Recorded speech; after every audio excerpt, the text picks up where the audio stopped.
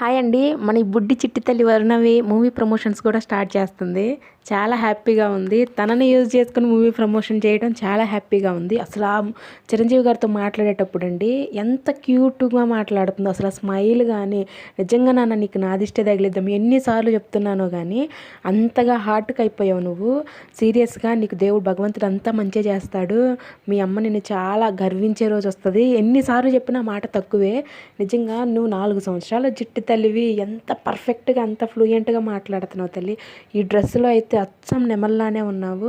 నీకు ఆ నెమలు కూడా సరిపోతుంది తల్లి, అంత అందంగా ఉన్నావు.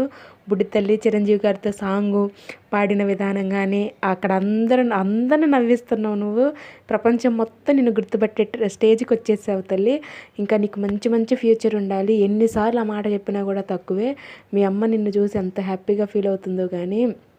మిస్సల్ల పిల్ల అని చెప్పి సాంగ్ పాడావు. చిరంజీవి సార్ కూడా చాలా హ్యాపీగా ఫీల్ అయ్యారు.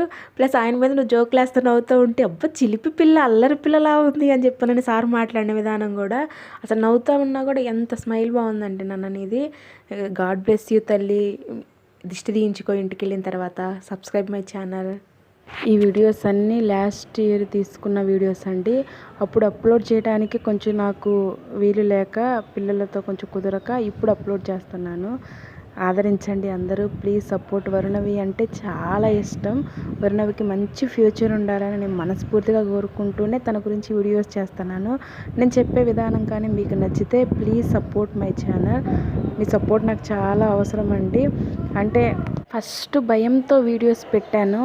తర్వాత 1, 2 చూసిన తర్వాత పర్లేదు కదా, ఎవరో ఒకరు ఆదరిస్తారు, మనం చెప్పే విధానం వాళ్ళకి నచ్చితే అని చెప్పానని నాలో నేను ఇంప్రూవ్ చేసుకుందాం అనుకొని కాన్ఫిడెంట్తో ముందుకెళ్తున్నానండి. మీ సపోర్ట్ నాకు చాలా కావాలి ఇప్పుడు.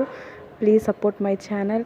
ఇంకొక విషయం ఏంటంటే అందరూ మనోధైర్యాన్ని అయితే కోల్పోకూడదు. ధైర్యంతో ముందుకెళ్తే దేంట్లో అయినా సరే సక్సెస్ వచ్చింది అనేది ఎన్నో జీవితాలను చూసి మనం నేర్చుకుంటూనే ఉంటాము.